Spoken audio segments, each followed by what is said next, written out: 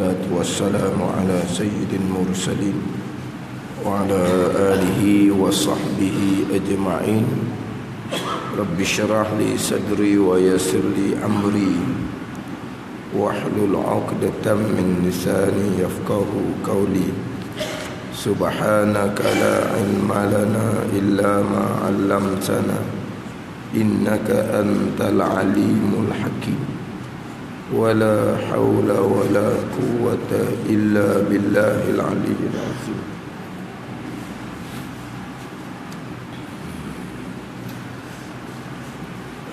Kitab Al-Misbahul Munir, muka surat 8,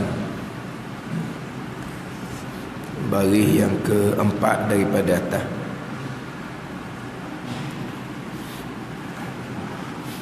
Qala al-muallif rahimahullahu ta'ala wa nafa'ana bi'ulumihi amin. Maka nyatalah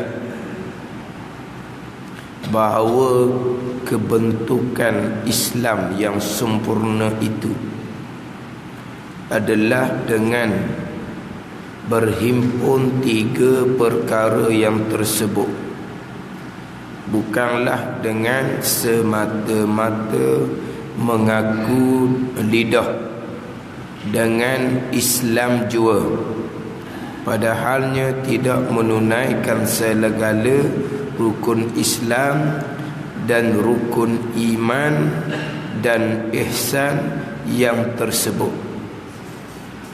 Maka nyatalah daripada huraian yang pertama pada pengenalan agama.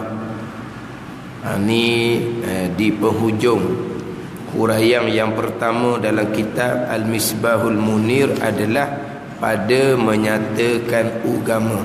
Apa dia agama? Maka nyatalah daripada huraian yang pertama pada pengenalan agama bahawa kebentukan Islam itu, kebentukan Islam yang sempurna itu adalah dengan berhimpun tiga perkara yang tersebut. Mana tiga perkara tersebut? Islam, iman dan ihsan. Jadi bahawa kebentukan Islam di sini, maksud Islam di sini adalah agama. Kemudian nak sempurna agama berhimpun tiga perkara, Islam, iman dan ihsan. Cuma nama agama adalah Islam.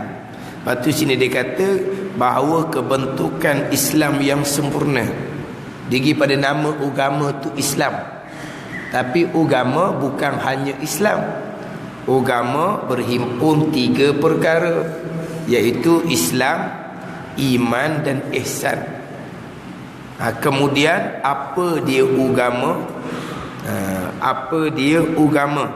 Agama adalah perhimpunan hukum hakam yang datang daripada Allah Subhanahu wa ta'ala, yang dibawa datang oleh Nabi sallallahu alaihi wasallam untuk kebahagiaan kita, keselamatan kita di dunia dan di akhirat. Itu agama. Agama ni ketetapan hukum hakam daripada Allah. Itu agama yang dibawa datang oleh Nabi sallallahu alaihi wasallam. Ketetapan hukum hakam daripada Allah ni merangkumi tiga bahagian. Merangkumi bahagian Islam, iman, kemudian bahagian ihsan. Jadi hukum hakam agama yang datang daripada Allah merangkumi pegangan, merangkumi perintah-perintah syariat ketaatan yang zahir, merangkumi perintah-perintah syariat perintah hak hati, hak batin. Itu agama. Jadi agama terbentuk daripada tiga bahagian, Islam, iman dan ihsan. Ni di penghujung dah ni. Jadi kitab kita ni nak menceritakan berkaitan dengan usul agama, usuluddin. Nak cerita bab iman, satu bahagian daripada bahagian agama. Tapi comel kita ni sebelum pergi pada pembicaraan iman, pembicaraan usuluddin, dia pembicaraan usuluddin ni di huraian yang kelima.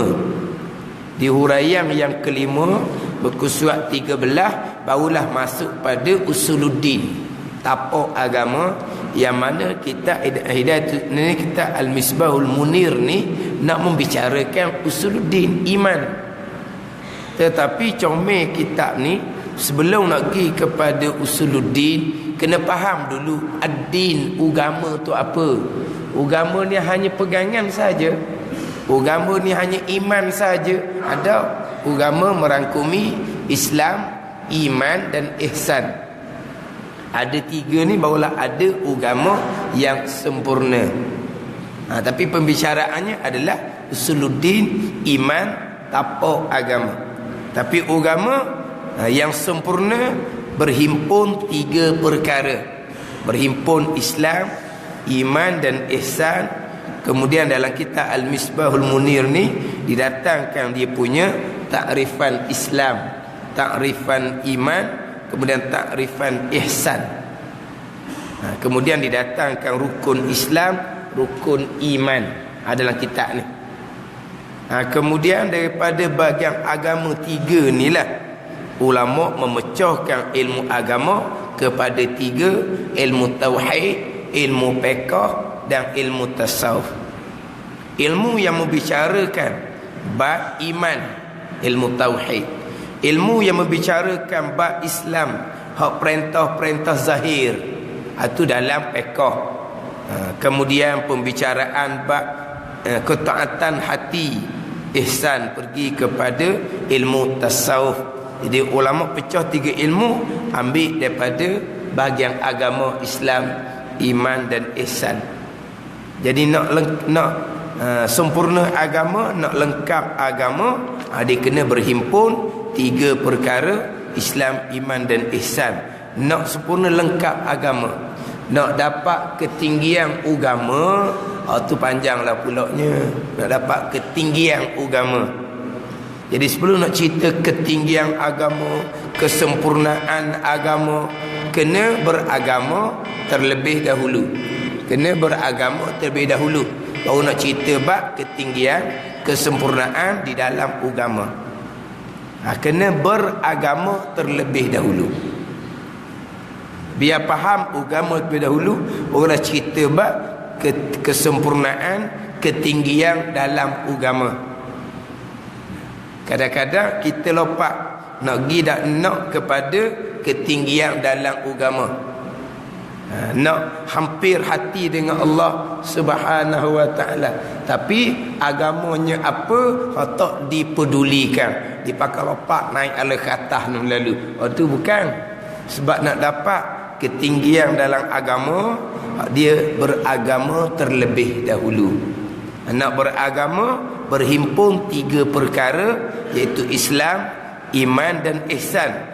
Bukanlah dengan semata-mata mengaku lidah dengan Islam jua, mengaku Islam, mengaku beragama, padahal tidak menunaikan segala rukun Islam dan rukun iman dan ihsan yang tersebut. Kalau mengaku saja je, semata-mata mengaku lidahnya Islam jua, agama kita ni, tapi rukun Islam, rukun iman, ihsannya tidak ditunaikan, maka itu tidak dinamakan beragama. Hanya mengaku lidah semata-mata. Itu bukan beragama. Hanya mengaku lidah dengan lidah dengan Islam jua, padahal tidak menunaikan segala rukun Islam dan rukun iman dan ihsan. Atau terutama sekali tidak menunaikan rukun iman. Kalau tidak menunaikan rukun iman, tidak menyempurnakan rukun iman, itu tak ada lah imannya. Dia tak ada iman, tak ada lah dia punya usuluddinnya. Dia tak ada usuluddin, tak ada apa dah lah. Kalau imannya ada, usuluddinnya ada, tapi hak zahirnya tak ada, tiang-tiang agama tak ada, cabang-cabang agama tak ada, masih lagi dipanggil beragama, tapi beragama yang setakat ada tapak saja. Itu pun bukan beragama yang sempurna, tapi adalah agamanya sebab ada tapak agama, tapi bukan agama yang lengkap. Tetapi kalau rukun iman usuluddinnya tidak ditunaikan, tidak disempurnakan, tak ada agama teguh. Tak ada tapak agama, tak ada agama lah. Walaupun perintah-perintah agama dengan tiang agama solatnya, dengan cabang-cabang agamanya ditunaikan, tak ada agama teguh kalau tidak ada usuluddin, tidak ada tapak agama. Sebab itulah pembicaraan Islam, iman dan ihsan ni, kita kena balik macam mana Nabi menyampaikan agama. Nabi menyampaikan agama, yang pertama yang Nabi bawa adalah usuluddin, tapak agama. Itu hak Nabi bawa yang pertama. Nabi bawa agama, bawa usuluddin, bawa kepercayaan kepada perkara yang gaib terlebih dahulu. Sebab itulah apabila berlaku peristiwa Isra' dan Mi'raj, kenapa Sayyidina Abu Bakar radhiyallahu anhu membenarkan serta-merta? Sebab Sayyidina Abu Bakar mengatakan, hak Nabi cerita sebelum daripada tu banyak lagi perkara-perkara yang gaib. Kalau hak Nabi cerita sebelum tu perkara-perkara gaib yang kata sahabat ni boleh terima, kalau bawa Isra' Mi'raj tu keceklah bagi merekanya.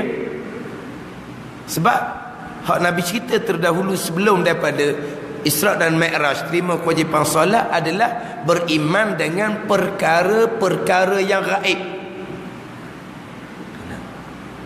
Rukun iman kita itu semuanya beriman dengan perkara-perkara yang gaib. Jadi kalau Nabi cerita pergi ke Baitul Maqdis, naik sampai ke Sidratul Muntaha, tak peliklah kata Sayyidina Abu Bakarnya. Sebab penekanan yang pertama dibawa adalah penekanan kepada beriman dengan perkara-perkara yang gaib. Itu pertama-tamanya, yang mana kita biasa baca semua tu di awal surah Al-Baqarah tu, allazina yu'minuna bil ghaibi wa yuqimuna shalah. Tu mula-mula apa tu? Allazina yu'minuna bil ghaibi wa yuqimuna shalah. Mereka yang mendirikan sembahyang, bagi pada tiang agama solat. Yang pertamanya allazina yu'minuna bil ghaib, itu yang pertama. Atau mula-mula sekali, hak bahagian agama ni sendiri.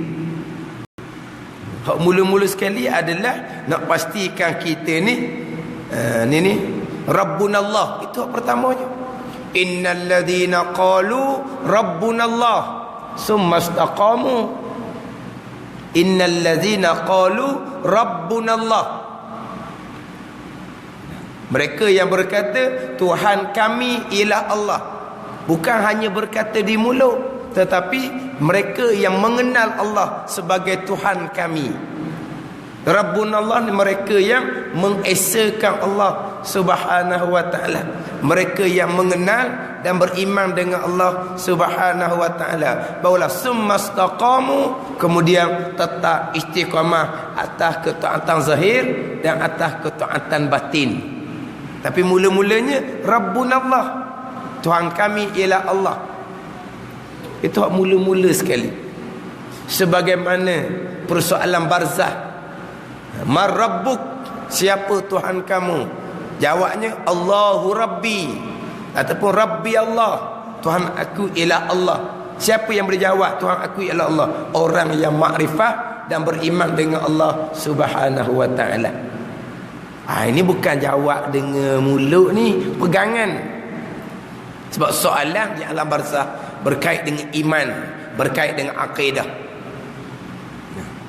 Di Rabbunallah summastaqamu, paulah fala khaufun alaihim wala hum yahzanun. Paulah tak ada ketakutan ketika nak mati, dan tak ada ketakutan selepas daripada mati, dan tidak ada duka cita tu. Barulah innal ladzina qalu rabbunallah summastaqamu tatanazzalu alaihimul malaikah alla takhafu wala tahzanu wa abshiru bil jannati allati kuntum bihi tu'adun. Tuhan kami ialah Allah, dan istiqamah atas ketaatan turun malaikat pun kata jangan kamu takut dan jangan kamu duka cita, dan bergembiralah kamu dengan janjian, dengan syurga yang dijanjikan, yang dicadangkan bagi kamu. Siapa ni? Rabbunallah dulu. Sumastaqamu, pergi pada Islam, pergi kepada ihsan. Nak istiqamah tu pula atas ketaatan zahir dan atas ketaatan batin. Yang pertamanya Rabbunallah.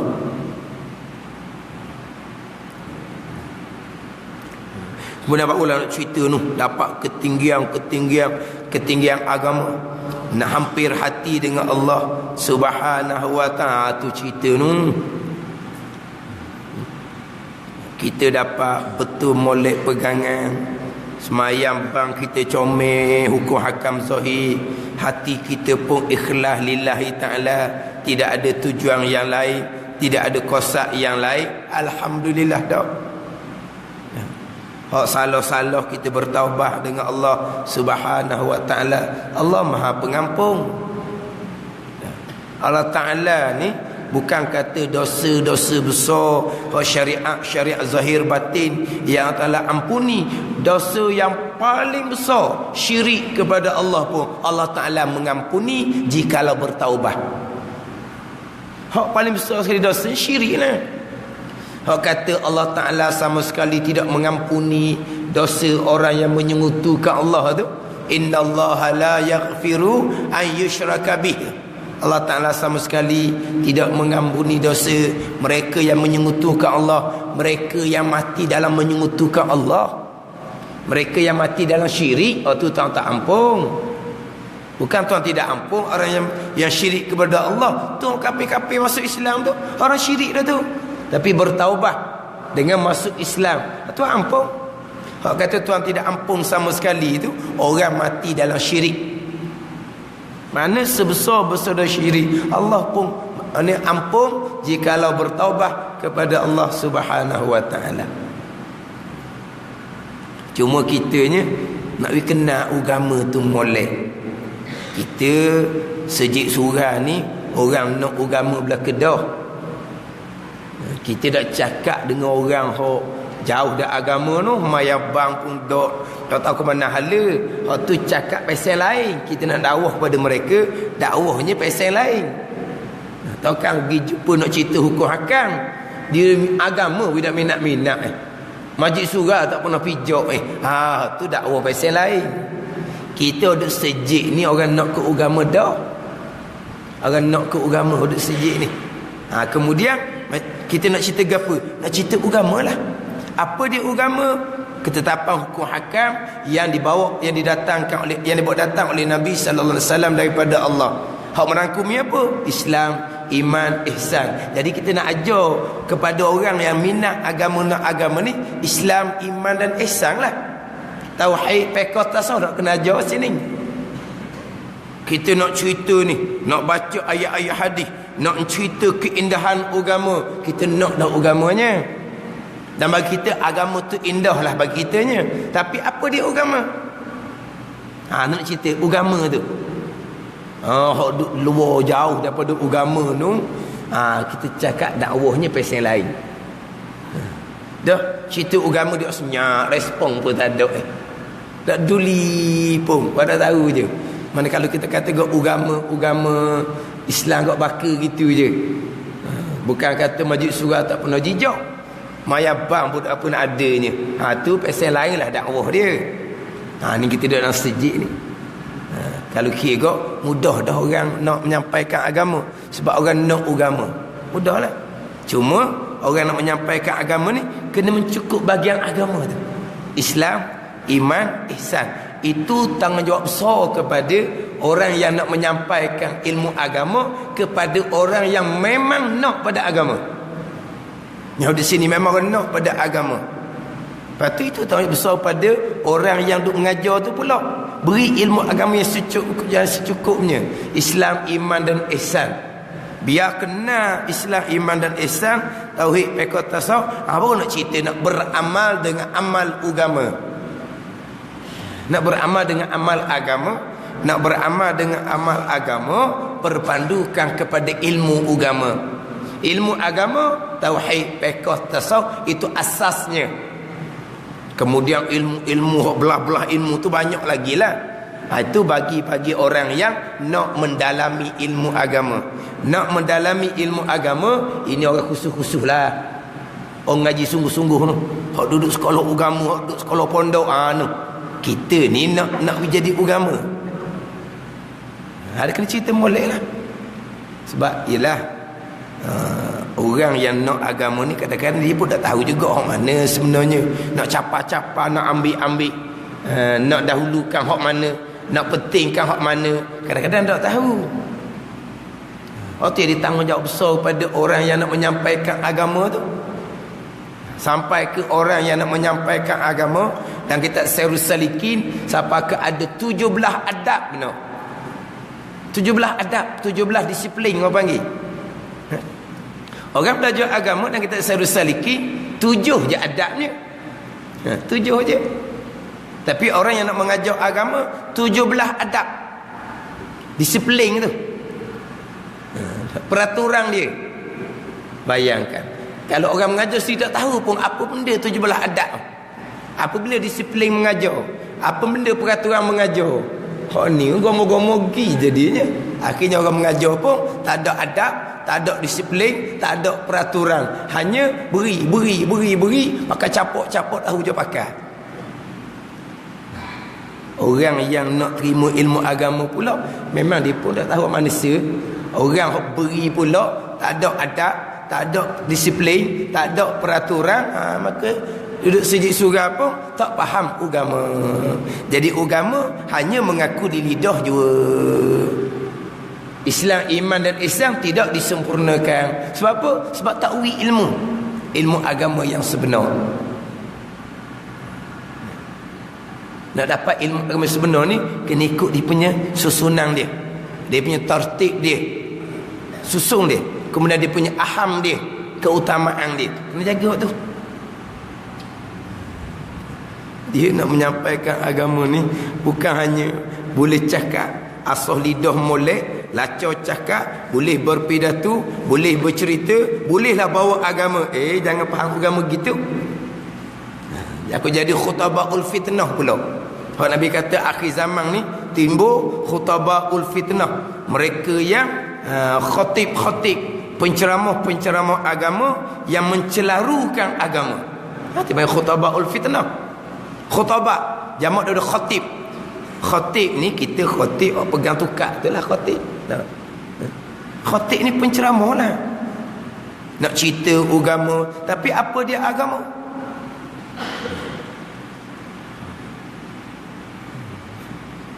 Jadi sekarang ni mudah je. Nak cakap agama lain ni boleh cakap belaka. Semua orang boleh cakap agama.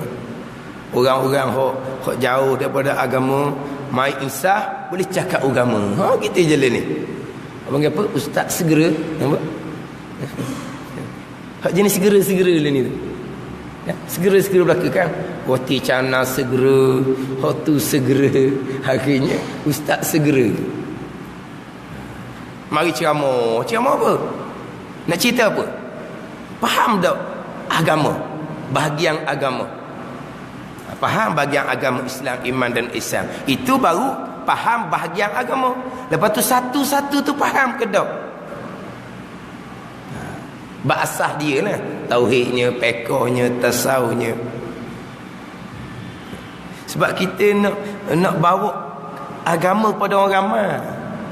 Orang ramai ni tadilah kadang-kadang dia tak tahu nak jember hak mana, nak ambil hak mana.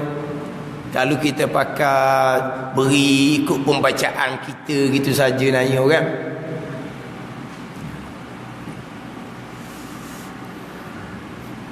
Tu kadang-kadang dia timbul dia konflik sikit timbulnya. Kenapa? Kerana banyak guru. Banyak guru lah. Kalau tak ada banyak guru senang, satu guru je. Dia ceramah je. Kita pun dengar ceramah je, senang. Mari guru lain pula ajar ilmu pegangan, angiga dia. Dan saya lama kena duduk dengar ceramah tu pegangan pun dah erti. Nanti jadi timbul konflik. Banyak guru timbul konflik. Kalau tak banyak guru senang. Dia mari ceramah. Wa amal ibadat. Bangun malam. Sentiasa menangis malam. Tapi ilmu akidah aja ke tak? Tak. Ilmu solat aja ke tak? Tak. Buat ibadat je. Senang kita. Satu guru senang je kita. Lepas tu mari guru lain pula ajar bawa kitab tauhid, bawa kitab fiqh, bawa kitab tasawuf fardu ain. Tiga-tiga tu tak ada. Lepas tu dia bukan konflik. Barulah terbuka bahawa tak ada ilmu agama duk ceramah suruh amal je. Suruh amal. Apa amal kita nak buat? Pegangan kita macam mana?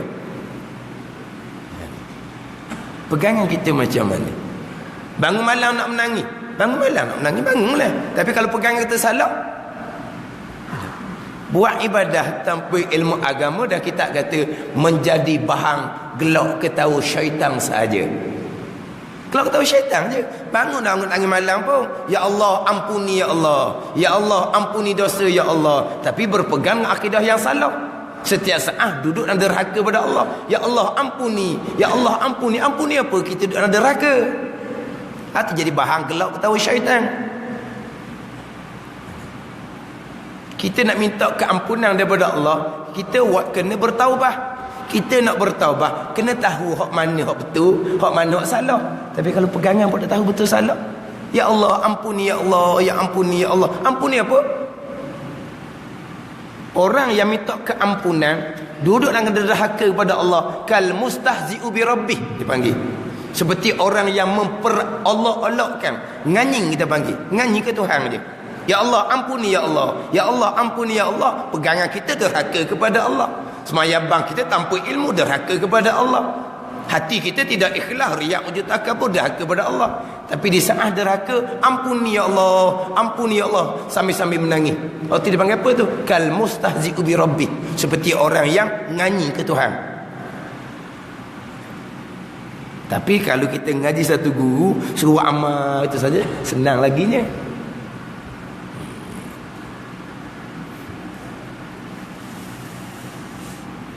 Di bab ilmu agama ni macam-macam akhir zaman ni. Saya tak ada pergi menghidupkan tempat, tak ada. Hak saya ginya tempat hak hidup dah.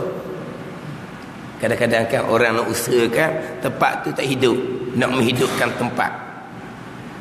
Saya dah kena tugas gitu. Biasa tempat hak panggilnya tempat hak hidup dah. Jadi bukan menghidupkan tempat dah lah. Tempat yang sudah hidup, yang majlis ilmu banyak dah. Orang hak mari duk ngaji tu orang yang kita kata orang yang siap dah. Siap dah lah. Sebab apa? Kelas banyak dah.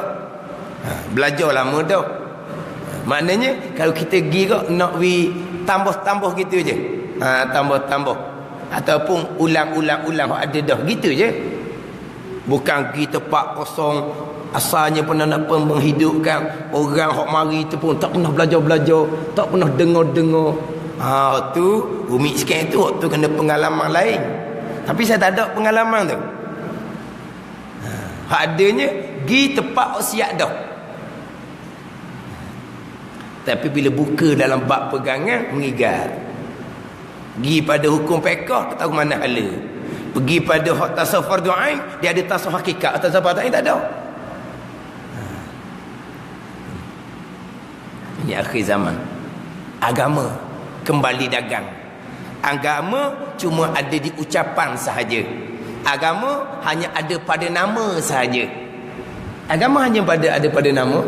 Agama hanya ada pada uniform sahaja. Tapi agama sebenar tak ada.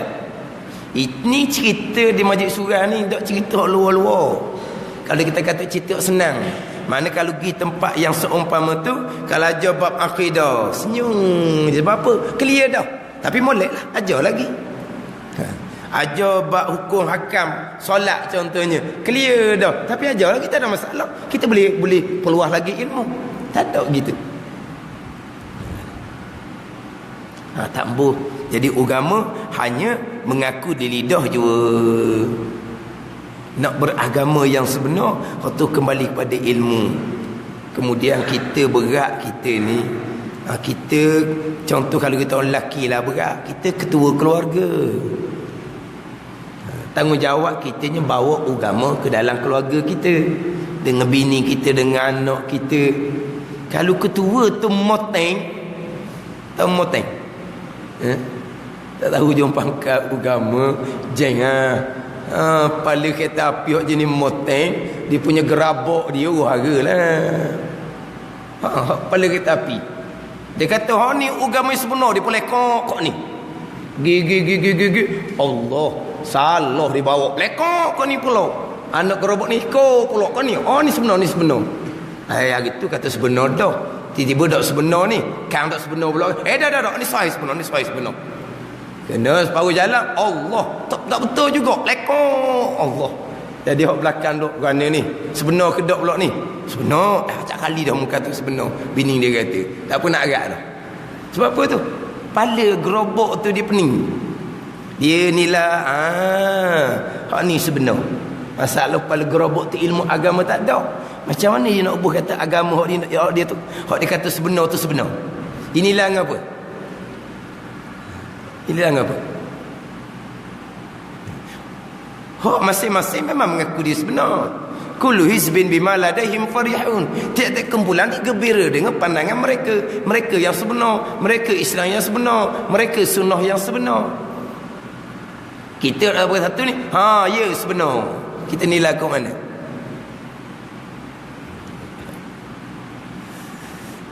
Sebab tu besar tanggungjawab ibu bapa beri ilmu agama sebelum daripada anak masuk umur baligh. Itu tengok besar ibu bapa. Biar dia kenal agama yang sebenar sebelum dia baligh. Ilmu tauhid cukup, ilmu fiqh cukup, ilmu tasawuf cukup. Mak ayah kena wui dulu sebelum anak kita baligh.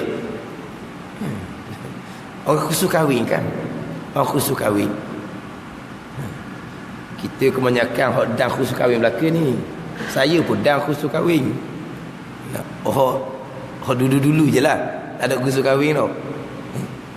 Dalam khusus kahwin dia cerita sama kan. Kita berkahwin, kita bina kalau kita atas agama. Kemudian lahir anak, kita bimbing anak kita atas agama. Dia ajar gitu kan. Tapi dia banyak kok lain juga. Banyak kok ekonomi keluarga. Lepas tu banyak galak orang. Hak galak. Hak galak tak royak dah. Orang tahu daripada dia lagi. Hak galak je nak galak orang. Lepas tu ada dia cerita bab macam mana nak susung ekonomi keluarga. Tapi dia antara hak ditekannya apa? Nak bawa agama dalam keluarga. Ini tanggungjawab suami, tanggungjawab ibu bapa kemudian dengan anak-anak. Bawa agama. Hati tekan. Bagus lagi tu. Bagus. Tapi apa dia agama? Islam, iman dan ihsan. Merangkumi ilmu tauhid, fiqh dan tasawuf. Kita kena ajak tu lah. Lengkap. Kepada anak-anak kita sebelum masuk umur baligh. Anak kita baligh, dia sudah cukup ilmu agama. Terpulang kepada dia lah. Nak mengikut jalan agama, nak beramal dengan agama ataupun tidak. Kita sudah lengkap beri ilmu agama kepada mereka. Ni kita ilmu agamanya apa? Khatam Quran sebelum umur baligh. Khatam Quran tu je. Hak akidah Quran. Hak perintah syariat zahir dalam Quran. Hak perintah syariat batin tasawuf dalam Quran. Beri ke tak? Dak. Beri ilmu ke apa? Ilmu khatam Quran tu baca.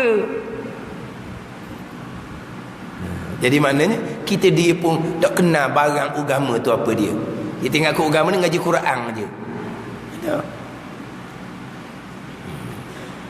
Itulah kata usum molek. Hak lepas-lepas itu susunan Allah. Salah kita bertaubat. Allah Maha Pengampun. Selagi nyawa tak sampai batas halqa, selagi matahari tak naik sebelah barat, selagi itulah kita taubat terbuka luas.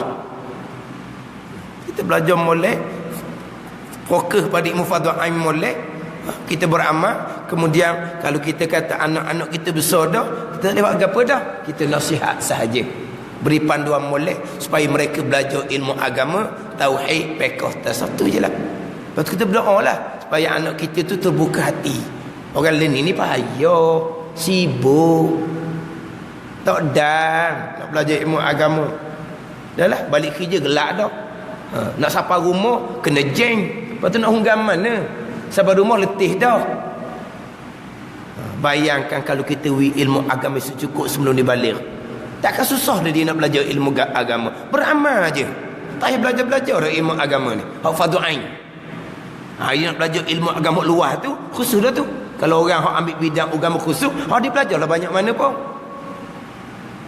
Tiba-tiba dia ambil bidang ilmu dunia. Belajar ilmu dunia tinggi mana pun. Ilmu fardu ain, tauhid, fiqh, tasawuf beres dah. Clear dah masalah. Siapa tengah kerja sibuk, tak sempat nak belajar, tidak ada masalah. Sebab ilmu agama cukup dah.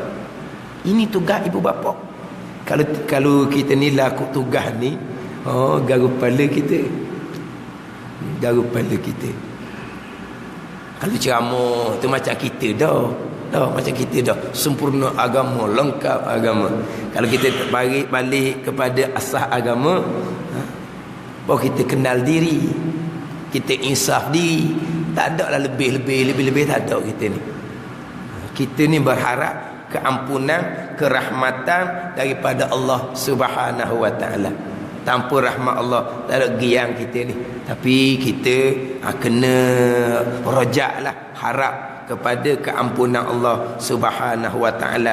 Takut tu takutlah, khauf, tapi kita kena imbang dengan rojak, harap kepada keampunan, kerahmatan, kurniaan daripada Allah Subhanahu wa taala.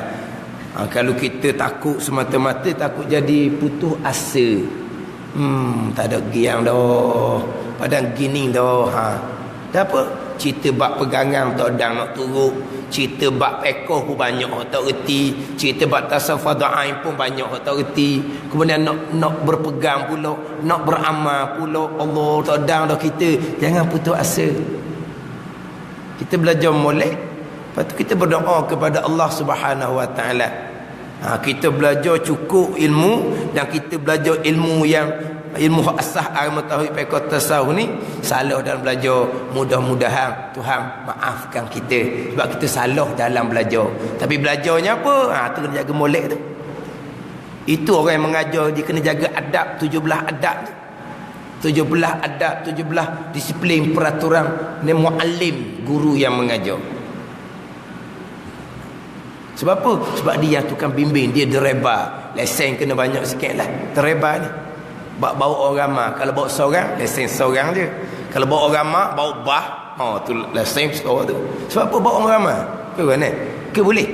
Kita lesen kereta, lesen motor, bawa bah boleh. Dia kena ni lesen lebih lah. Tu jaga mulut tu. Tak macam kita ni kata agama hanya mengaku lidah, tapi tidak ditunaikan bahagian-bahagian agama.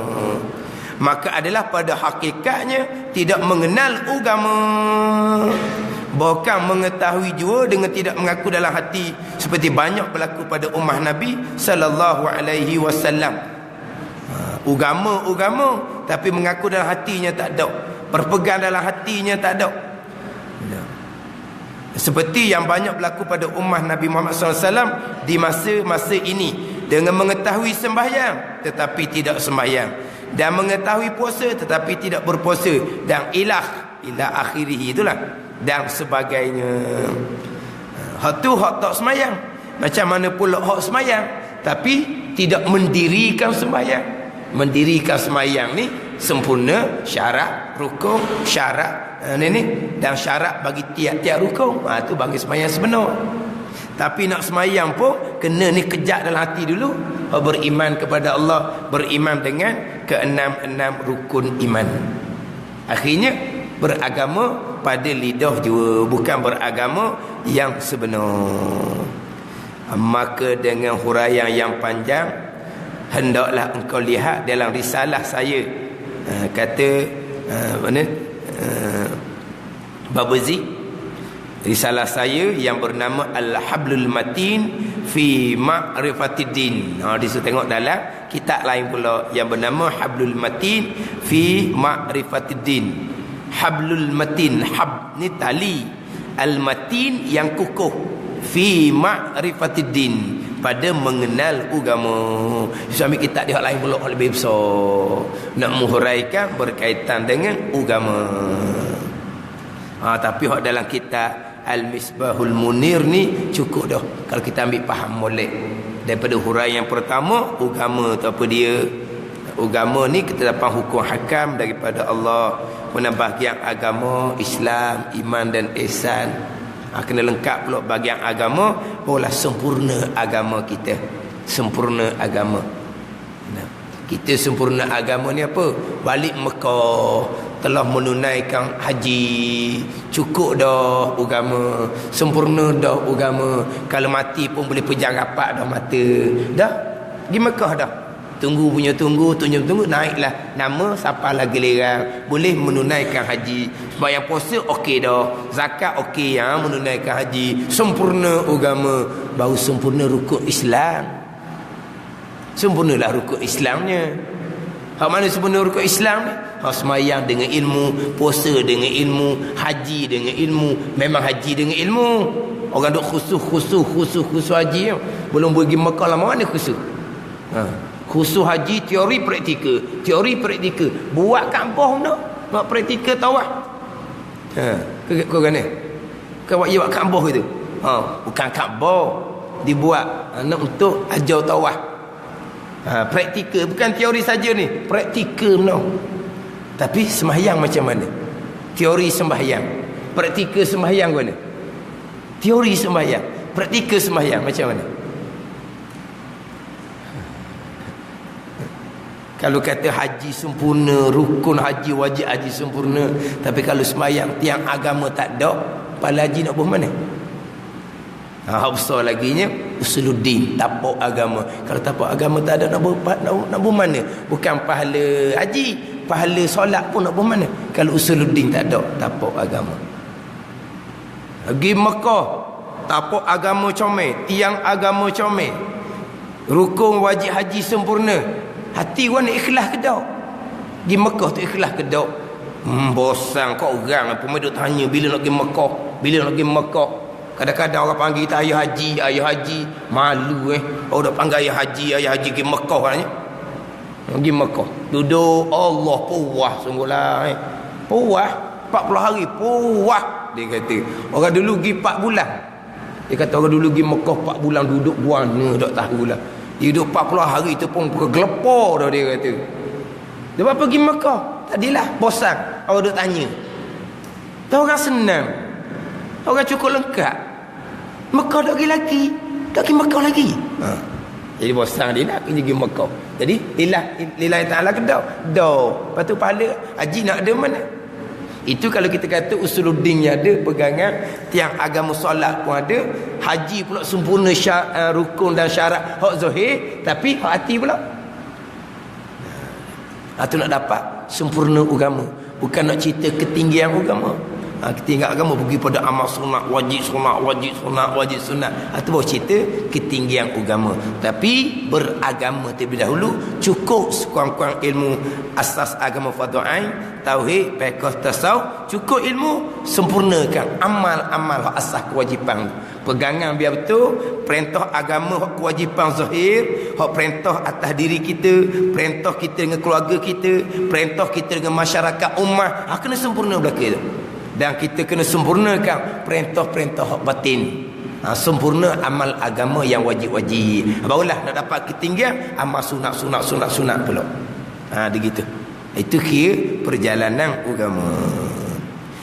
Huraian yang kedua pada menyata hukum syarak. Nak pergi pada hukum agama pula ni.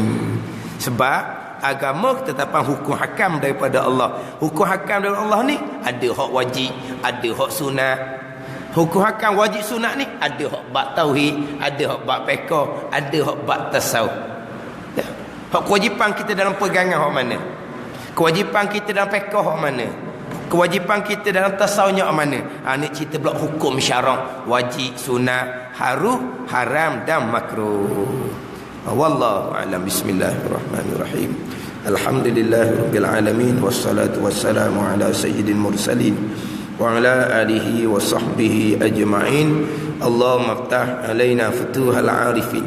اللهم علمنا علم الأكاديمين وفهمنا فهم السابقين وارزقنا رزق الطالبين.